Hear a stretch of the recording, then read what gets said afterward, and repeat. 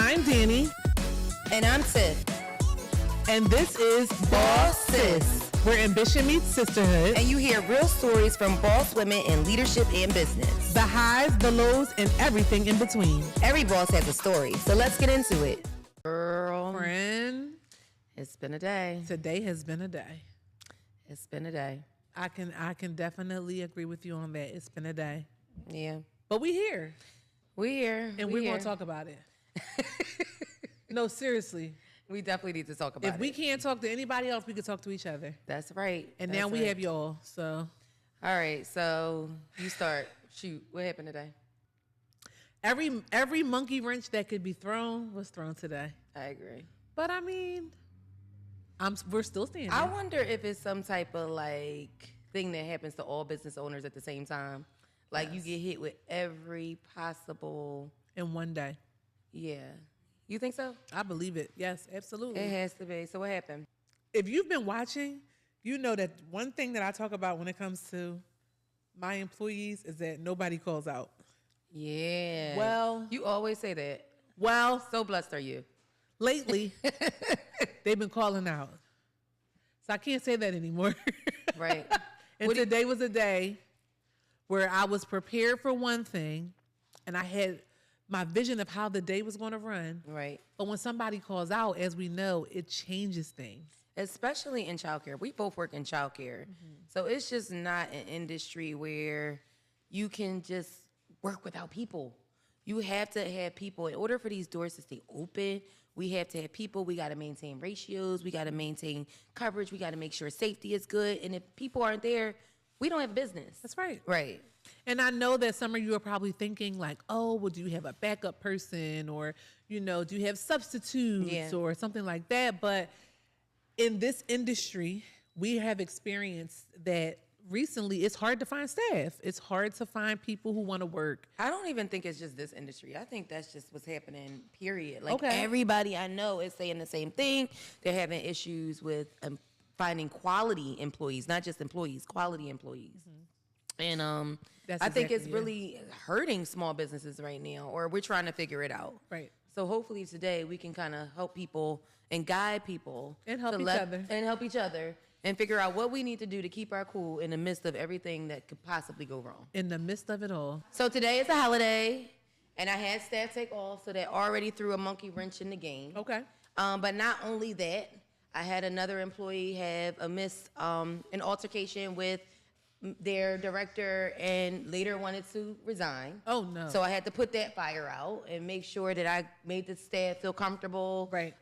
Express that we do care about them, but also express where their higher up was coming from and just provide some understanding for them. Pretty much I was putting out fires all day. Yes. And I'm tired. I know. I'm tired. And sometimes, I'm glad you mentioned putting out fires, because sometimes for me as a leader, when I'm putting out fires, I'm so emotional and like trying to find the issue.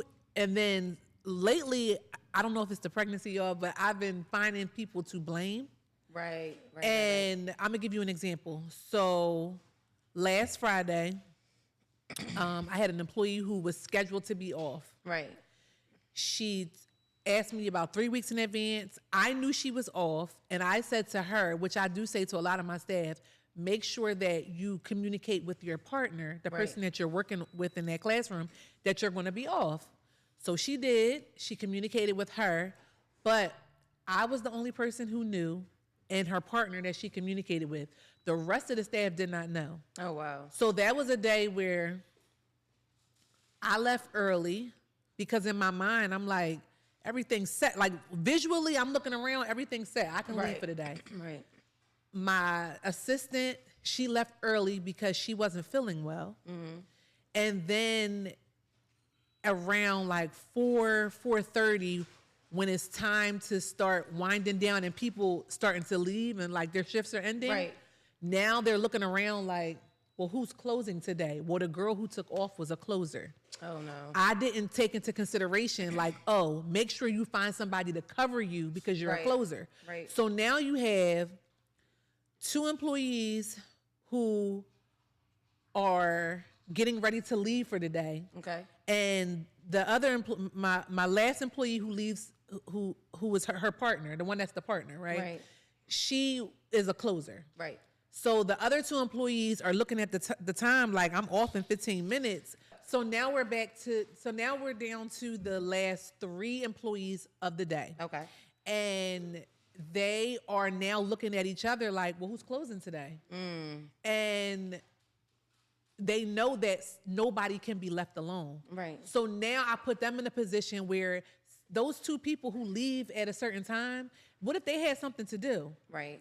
Now they have to stay later, rearrange their plans. But in my mind, I wasn't thinking about that. I'm thinking about the fact that I have a business to run. And okay, y'all didn't know that she wasn't here today, but y'all do know that there has to be at least 2 people in the building during closing. So y'all need to figure it out. Right. So one of the young ladies, she sent me a text message and she was like, I just feel like you need to, she's talking to me, right? And she wasn't disrespectful. There was a lack of communication. And I think that moving forward, you need to share when somebody's not going to be there. And instead of me being like, what, you're right. I was like, but you already know what the protocol is. The protocol is if you see that the closer is not there, somebody has to stay. You said that to her, or Yes. that's what you were thinking? Oh, you actually said it. Okay, yeah, got I'm like, it. if you see that the closer is not there, somebody has to stay. So at this point, when you're like the last couple people for the day, y'all just have to figure it out. Right. So I go home to digress, and I'm talking it over with Dante, and he was like, "Can I tell you something?" The voice of reason. Doom, He go. was like, you're wrong. Right. He was like, because for me, as at my place of employment, when I get off at a certain time, and if my relief person doesn't come to relieve me, it's not my responsibility to stay. Right. Because my shift is over. I could be having to pick up my sons. I could have something to do. And now all of a sudden I have to be inconvenienced because you dropped the ball. Right. And you didn't share with everybody that there needed to be coverage. Right. He was like, so while I see how you feel like, oh, y'all need to just figure it out, you need to show some type of, accountability and say like, you know what? I appreciate you for staying. Not you are automatically supposed to stay, but I appreciate you for staying. I dropped the ball, and moving forward, I'm going to make sure that I do communicate. And thank you for bringing that to my attention, because it's only going to make me a better leader. Right. So I had to go back after that conversation with him, right? And I reached out to all of them, and I shared that with them. And they were appreciative of it, but the one young lady who did address me, she didn't reply to me. Right. And I was like, give her some time. Give her some time, right? Because she probably took offense to my response. Right. It probably took a lot for her to address her employer, right? And then for me to shut it down, like, what you're supposed to do. So no, follow the protocol. It was insensitive. Right. So I say all that to say that as a leader, when we are trying to put out fires, we have to take into consideration that we could have caused the fire. Correct. Right? Correct. And a lot of the times we do. Yes. A lot of times we do. Yes. So in the midst of it all. Yep. You started by saying that you have a hard time, or you've had a hard time separating emotion from your decision making. Yes. So, and I'm gonna tell you what I do in those situations. In those situations, a lot of the times I do look at it as if I was the employee. You and I have both been employees before. So a lot of my decisions are based upon how I would have felt if I was the employee in that moment. Right. And I think if you keep that in mind, you'll always make the right decision. Yes, and that's exactly what Dante said too, right? Like putting myself in their shoes. Yeah. As the employee, that's not going to fly for me. Like, right. You have to take into consideration my schedule, my time, and that I may have something else going on outside of this job. Yep. And I was like, you know what? You're right. Yep. And once I put myself there, I was able to see it, and I was able to hold myself accountable. That's great. So I'm going to say this again on the podcast. Stages Community School staff, I apologize again. You guys are amazing. But a part of making me a better leader is holding myself accountable, and I appreciate y'all for allowing me to make the mistake, and for those of you who did call me out on it in a respectful way at that, and then me being able to apologize to you guys. So Indeed. I think in order to get grace, you have to give grace. Yes. And that goes both ways. So that's what's up. Another thing I heard you say was you went to Dante. So a lot of the times it's important as a leader not to carry things on your own. You know what I mean? You have to be able to find those people you can consult with, whether it's a friend, whether it's the partner, whether it's whoever that person is. Make sure that you have your go-to person, because you're going to need a second set of, I'm going to say, another brain to kind of figure it out. Absolutely. We don't have all the answers. And I think that's what frustrates me the most. Sometimes about being an employer is that the employees believe that we have all the answers. Yes, we don't. We don't have all the answers. And We're trying to figure it out just like you are. Yes. And we do have a network. Indeed. Like, our network is strong, like, of educators. Yep. We have HR. We have other business owners, like, that we can reach out to and be like, can I pick your brain about something? Indeed. And they hold us accountable too. Yep. So I totally agree with what you said. Yep. Like, being able to share that with somebody who's going to give you the best advice, Yep. and not just side with you because you're their friend. Yep. One of my friends, a great mentor of ours, I feel like we both can say her name, Kristen Hart. Yes. I heard her say in another conversation that we were having, she was like, sometimes you have to just come back later and give the answer. Yes. Don't try to answer right then in that moment. Yes. Because when you're trying to answer in that moment, you're only going to answer with emotion. Yep. Walk away, take a moment, think, pray, meditate. You should have called her. You should have called her. Yes, no, but you're right. Yeah. And another person that we could always call on to is Tanisha, right? Yeah. Because that HR perspective, sometimes I'll say some things and she'll be like, wait a minute, Yeah. you can't say that. Yeah. And I'm like, dang, like, I thought it was okay to say it. She's like, no, because you have lawsuits, like all the things that we don't think Flag about. on the play. Yes, so it's just so good to have our network and be able to call those people before we start a fire and we can't put it out. Yeah. So, and then always remember, like, to stay in leadership mode.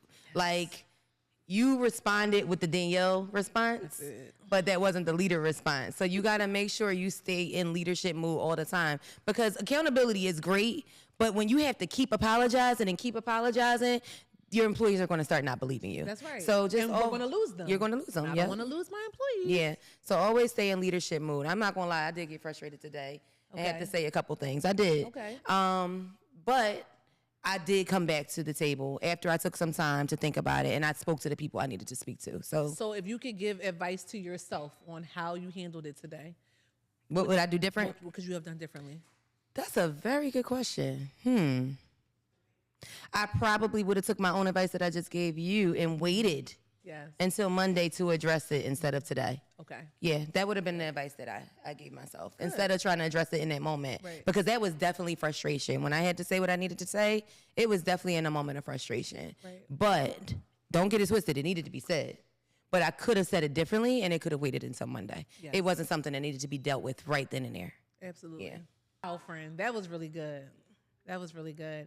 And another thing that helps us keep our cool in the midst of it all is building systems to help us stay calm in the midst of chaos. Agreed. And creating a script to help us stay calm as well. What does that look like for you? Oh, like a comm script? Yes, a comm script. I love how you post. Yes, man. I love that. Yes.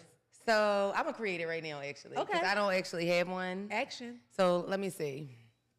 So I think my comm script would be something like, listen, I understand your concern. I appreciate you coming to me with your issue, but give me a couple minutes or a couple days, whatever the time frame is, and let me think about it. I love that. And I'll get back to you. I love that. That's calm, right? And the It's person so probably relaxing. would be like, oh, okay. You know what though? Honestly they can't though, even be mad. honestly though, a lot of people, I feel like, and I'm speaking specifically about employees. A lot of employees sometimes push buttons for a reaction, and I've learned that no reaction is the best reaction. Yes. I really have. I've learned that they're waiting to see if you're going to get elevated. They're waiting to see how you're going to respond, and how you respond really does dictate how the issue is going to be handled. Absolutely. So, yeah. I like your comm script. Yeah, I'm child. actually going to work on mine. I'm gonna use it because I'm telling you, my patience is being tested right now. So I definitely am going to use it. But I also think I'm going to remember that when chaos is happening, that it really is part of the process. Like, you literally can't avoid it. You know how, like, you wake up and you want everything to be perfect? Perfect. That's not business. That's not reality. It looks like that from the outside in, but it's really not. And helping me remember that it's part of the process is really what's going to keep me going. Absolutely. So, bossies, we're about to wrap it up. Today, we had the opportunity to talk about what we do in the midst of all the chaos while running a business. So some of the things that we're going to do and some of the things that you can do is separate emotion from your decision making. Don't carry it alone. Build systems so that it doesn't break you. Remember that it's all a part of the process. Create your calm script and always stay in leadership mood. Right. And I mean, the reality is there are going to be fires along the way. Yep. It's not something that you can avoid, but how you stay calm, you have control of that. Absolutely. And don't forget to stay boss, sis.